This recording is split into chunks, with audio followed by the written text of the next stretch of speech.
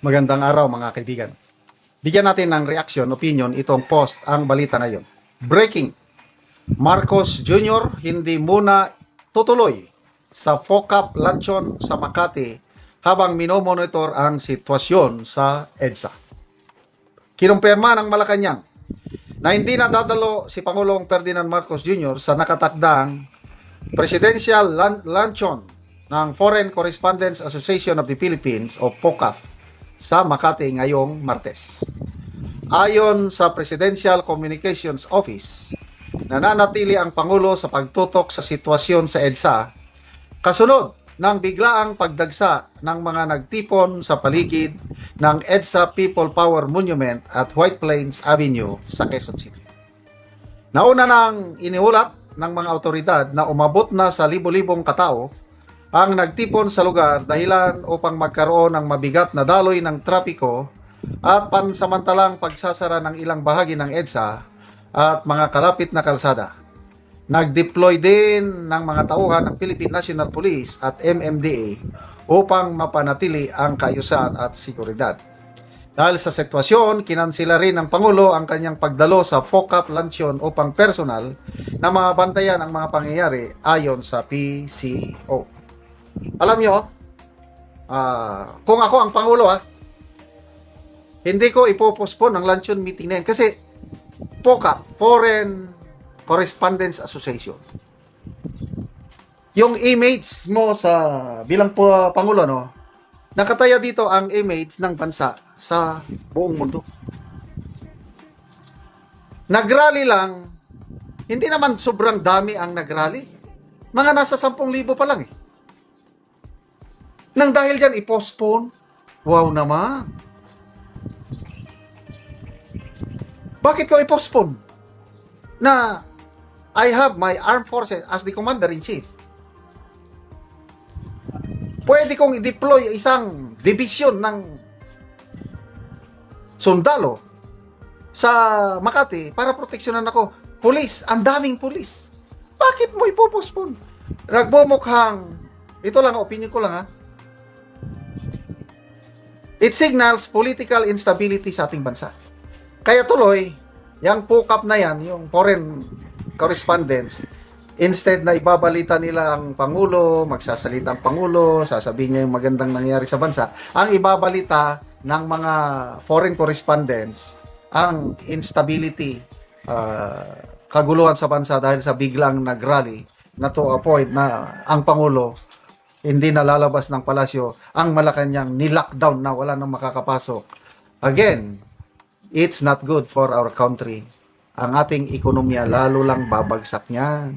Lalong mga negosyante wala nang mamumuhunan dito. Kawawa ang bansang Pilipinas. Kakaunti lang nagrally tapos naprapraning na kagad. Tignan natin ang reaksyon ng taong bayan 4,600 ang nag-react. 3,800 ang tumatawa. 465 lang ang nag-like. So, 85 to 90%. Tinatawanan ang Pangulo na biglang natakot lumabas. So, kabado na, sabi ni Alvin. Jeff Sumboy, ayaw umalis. Baka pagbalik niya, iba nang nakaupo. Jendon Tuyon, kahit anong telescope, Marcos, di mo pa rin makita yung mastermind ng flood control. J. Tomas, kabahan ka na BBM, baka magkakatotoo sinabi ni Digong na may mas malala pang sapitin mo kaysa sa tatay mo. Natakot, takot nang lumabas kasi baka wala na siyang babalikan. Takot kasi baka biglang dumami at biglang baka matuloy ang people power. Ito, ulitin ko ang basa ko dyan. Hindi yung pang people power na yan. Kung sa laro ng chess, it's a brilliant move ng Iglesia ni Cristo. Warning lang muna ito. Kasi yung napipintong pag-aresto kay Senator Marcoleta, yan ang punot dulo nito . Ako, kahit hindi ako member ng Iglesia ni Cristo, masakit para sa akin na arestuhin nila at ikulong nila si Senator Marcoleta. Walang kasalanang ginawa ni Senator Marcoleta para makulong. So kung ako, masasaktan ako, galit ako, na ikulong nila si Senator Marcoleta, how much more ang mga kapatiran niya sa Iglesia ni Cristo. Kaya ito, warning ito, hindi one-time rally lang ito. Pangmatagalang rally, depende sa gagawin ng administrasyon. Sana makinig sila, sana maging wise ba? Huwag kayong magkakamali na arestuhin siya. Dahil hindi magpapatalo ang iglesia. Ang iglesia ni Cristo nasubukan ng tatag, tibay ng kanilang samahan. Marcos Sr., hindi niya na kaya ang iglesia. Gusto niyang sakupin ang sentral? Wala. Cory Aquino, ganun din. Gloria Macapagal Arroyo. Sana ang Marcos Jr. administration learn from history. Hindi nyo kakayanin ang iglesia ni Cristo. At ang taong bayan ngayon, kahit hindi member ng Iglesia ni Cristo, makikiisa, makikisimpatya, susuporta kay Senator Marcoleta at ang Iglesia dahil itong advocacy, pinaglalaban ni Marcoleta hindi lang para sa Iglesia, para sa sambayanang Pilipino, para sa kinabukasan. Ako, kung nasa Metro Manila lang ako, nandun na rin ako sa EDSA ngayon. Sana meron din ganyang mga rally dito sa Mindanao at ako, sasama ako. Magpapakita ako ng suporta at simpatya sa ipinaglalaban ni Senator Marcoleta. Salamat mga kaibigan sa inyong pagsubaybay sa channel na ito. Nakakatulong kayo ng malaki sa tribong Talandig ng Bukidnon dahil ang sweldo natin sa channel na ito is pantulong po sa tribo. Namimigay tayo ng libreng yero at pako para makapagpatayo sila ng mas maayos na tirahan.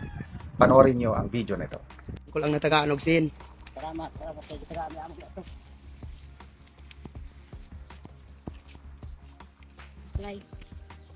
Muna ni ang itsura sa iyang balay. Maabot na gyud.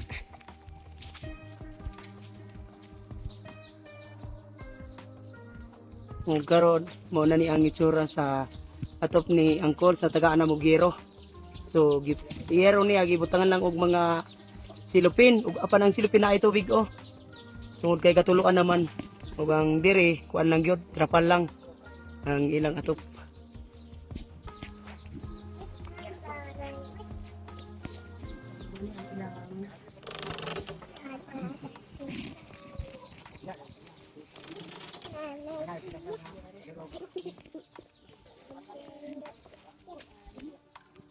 Mupod ni ang ilang atop din sa gawas nga bahin sa ilang abuhan. So gikuan lang unya din lang sa iyo ang ilang lutuanan. Oh, dire lang sa gawas nga bahin ang mga galon, langgana. So lisod gyud ang ilang pagpuyo. Asin unsay mong mesultiante nga gitagan mo og sin. Salamat sa dito ko. Ay tagan Na makaatop na gid mo. Pila nakatuig anti ang inyong balay nga nagantos mo sa ulan? Pila na ni katuig?